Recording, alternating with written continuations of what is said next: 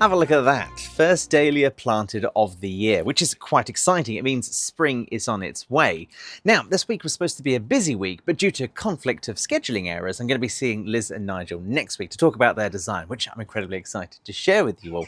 So it means I've got a bit of a quiet one ahead of me. I've got to go see my good friend Lou, do a little bit of DIY around the garden, and oh my God, it's my anniversary this weekend.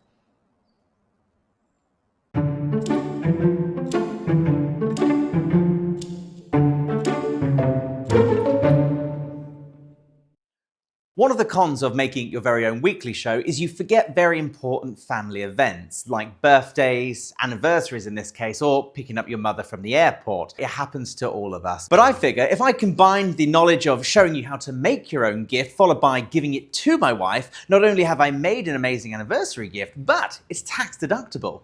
How about that? What I've got here is a bunch of scrap 4x2 from an old project. Now, when I say an old project, what I actually mean is I went to the neighbouring nurseries and borrowed some of their timber. And whilst I'm at it with confessing, I also went to their workshop and stole some of their screws. In fact, this whole thing is just funded by theft.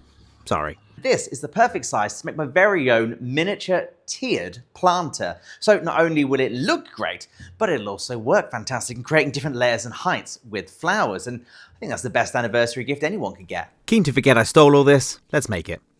If you remember from my last video when we made the big planter, I had this really good pattern that works quite nicely. I have one bit there that then goes on the end of there, then goes on the end of there, and then goes on the end of there. And if they're all the same length, it makes a really nice square. The cool thing is you can then put a second layer on. You can just see here that it's a little bit different, and I like that style. Now, once you've got them all in place, you want to use a heavy-duty screw just to go through all of the ends that are touching the next bit. Once they're screwed in place, the next thing we have to look at is how do we join the two layers together?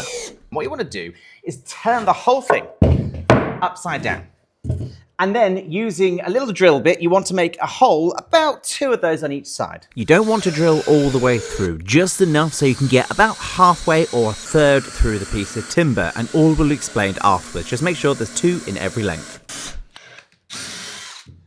Okay, I've put 8 holes in the bottom. The reason I've done that is because the only screws I've got available are these 10cm screws, and this is 10 centimeters long, meaning it's not going to grip anything if I put it through. But if I drill about 3-4 centimeters, so only about to there on the timber, and screw through, these will then hold in place. And because it's at the bottom, you won't see any of this. Now, a top tip for you here, when you're screwing it in, as you may notice on this one, the wood ever so slightly moves. So make sure you reposition it before you put the next screw in, otherwise it gets a bit messy. Okay, now that it's all screwed in, I can turn it round, and it's all attached and nice and clean. To make my second layer, what I'm going to do is take the same length here and add a shorter length, which is half the width of that one there. And you can place that here, that there, and that there. And it creates the same style pattern, but now as a second tier, meaning I get different heights. You can even go to a third tier if you want, but that's just crazy. Now, if you're watching this and you're thinking, well, hold on a second, you joined those together with that really clever way. Surely you should have started with this first. You'd be 100% right. That's exactly what I was supposed to do, but I've completely forgotten. So I'm going to show you a second way to connect them. What I'm going to do is I'm going to take this decking screw, which is about 65 millimeters, and it's anti-corrosive, and I'm going to pop this right in the bottom of the top layer here at a slight angle. I'm then going to screw it down into the other bit so it's nice and clean. Just make sure you do the angle right so it's not poking on the outside, and you'll get away with it. Look at that, nice and sturdy, and no one will ever know. And there you have it. Didn't take long at all. With some scrap wood, I've made a nice multi-tiered planter, which is not only good for the garden, but makes a really nice anniversary gift.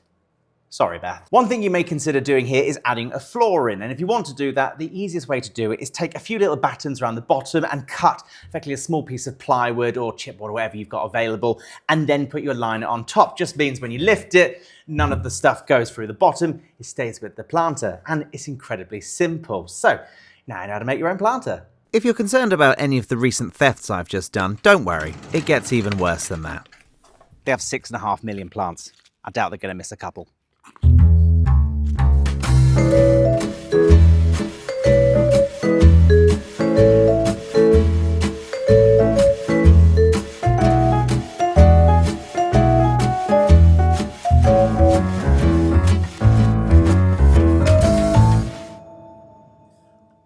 One of the biggest problems I have with my show garden for Gardeners World Live is designing it is a solo job, but actually making it come to life, that takes a whole team. So I found that I need to assemble some form of, well, team in order to be able to make this show garden in June.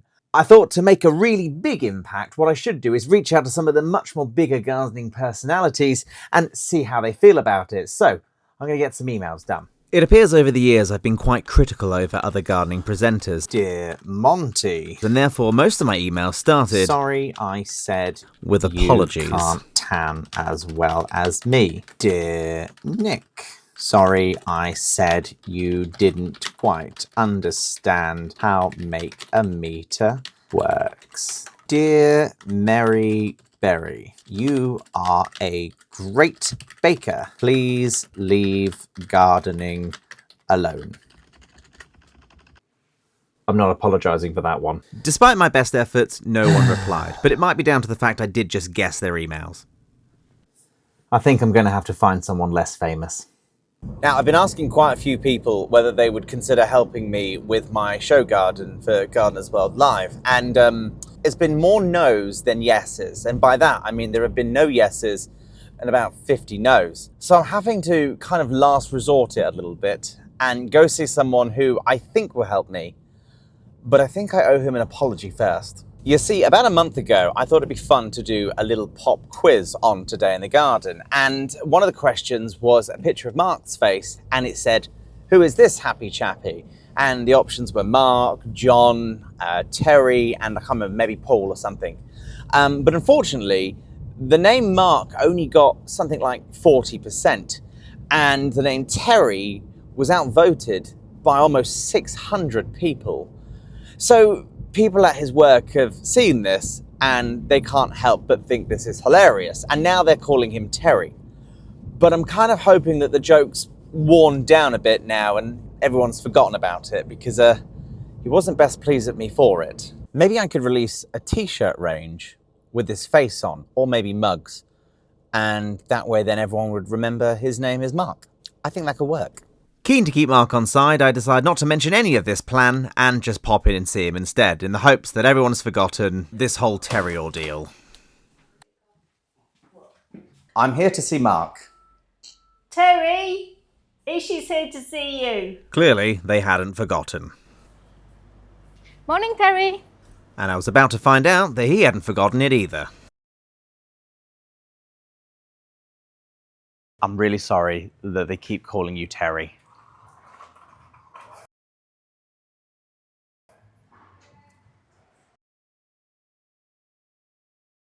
When I thought about designing a show garden, the first person that came to my mind was you, Terry. Mark. The silence of Mark can always be daunting, but there's one thing you should always know. Something comes out eventually. Why? It's not always useful, though. Anyway, I've asked no one else so far. You were the first person I thought of. Was I actually the first person you thought of? Okay, it's a slight lie. Just admit it. None of your gardening friends wanted to help you, so you came to me. That's kind of true. But, in all fairness, would you consider it?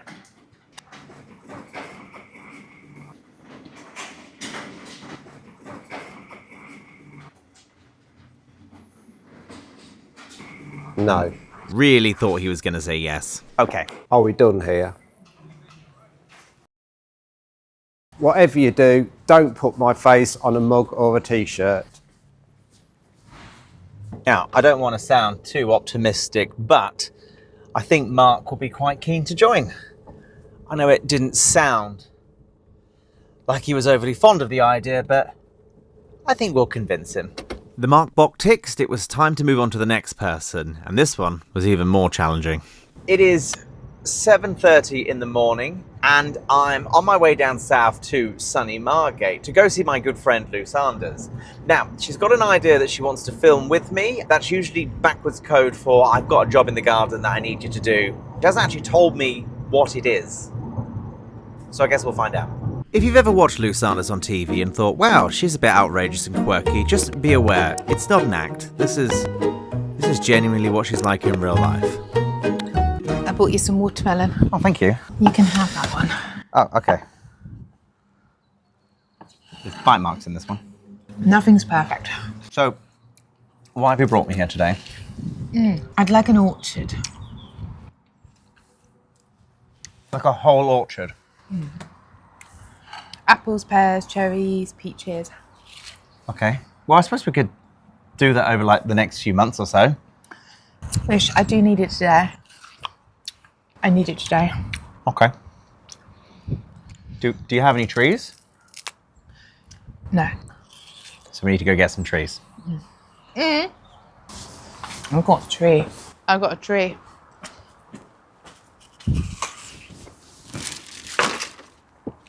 Why didn't I get a plate? Let the orchard commence. Right. We might need some bigger ones. Well, good luck carrying them home on a bike. Having realised this is already a mammoth task, I then drew my attention to the stability of the bench we were sat on. Oh shit! I think we also need a table. Yeah. Trying to avoid any more jobs, I decided to take Lou to the garden centre. Seen it all before. Dead, that's dead. Believe it or not, in this scene, we were actually just looking for a trolley. That's how much of an adventure it can be. You just walk past the trolleys. They've stolen these. I don't think they bought these trolleys, do you? Despite coming in for trees, it appears we'd managed to get ourselves some decorative cabbage and some primrose. Oh, I'll push the trolley, shall I? Eventually, however, we did find the apple trees. Apple. They're all bloody apple trees. I don't really like apples. But aren't we making an orchard? Yeah, I don't mind them, but you're not sort of like, oh, great, I get another apple. You know, I'd like something a bit more exotic. I have got a fig tree, for example, and it makes me feel like a Roman king. Okay. What about pear? Better. Pear's better. We'll get pear. I've decided on 2 apples, 2 pears, because you told me it's better to plant them together. And one of them's called the Beth, so we definitely got that because I like Beth. I've never met her, but I like her vibe. And you love Beth. You're married to her. That is true. I am. So this is to commemorate. Well, not commemorate. She's not dead. Let's celebrate Beth. After establishing that Beth is in fact still alive, I can't believe this trolley's holding one orchard. We get the trees in the trolley and immediately stumble across our next problem. Luckily for us, we were still able to pay for them, and now all I had to do was get them in the car. Is that dangerous? Filming this series, this is the least dangerous thing I've put in this car so far. I think this might all fit, you know. Wow. I think this is the tallest one. Yeah, I think... It will go. I'm an optimist, but you're pushing your luck and you're pushing my tree! Your tree is fine. You have to give it a lovely talking to. I'm very sorry. You're going to be fine. You've got a brand new home. Bit of a crazy new owner, but a lovely, lovely home. Thank you, Ish. That's amazing, actually. I never thought you'd do that. Ta-da! This is probably safe, right? Despite looking like a death trap, we did manage to get it back to Lou's, and we started positioning them in the garden in order to make Lou's brand new orchard. Okay, right. Where would you like this? You tell me, really. Well, you want to kind of have a bit of a walking, windy, whimsical path, don't you? Yeah. So I think what we should do is kind of block our main view Yeah. and let it go through. Otherwise, we've just got this straight line. With the position of our trees now somewhat discussed and planned, I decided to dig a hole before Lou decided to change her mind. When digging a hole for any kind of tree, like a fruit tree, what you want to do is make sure that the depth is exactly the same as the stem. You don't want to go any higher, it doesn't need it. But I like to make sure that the width of the pot is about half the size of the width of the hole, so I can fill up loads of multi-purpose compost around and give it a really good kick start. If you're not sure about the depth, pop the pot in first just to see if it sits right. And if it doesn't, dig more. We've run out of multi-purpose compost. Ah, Luckily, Lou did manage to find some more. I found a little bit more, actually, from the neighbours. Now you may be thinking, hold on a second, weren't you just planting trees? And yes, we were, but for some reason we managed to get distracted and now we're making a fairy path. I need ones that curve round a bit. I need to curve the path round a bit more. This is how it works here. What do you reckon? I absolutely love it. When it's covered in wood chip, it's going to look so pretty.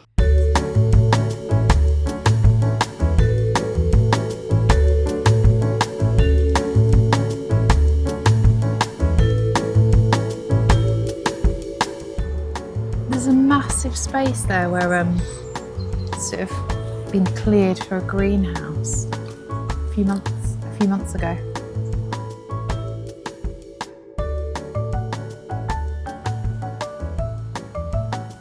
Tripping so much of this on me.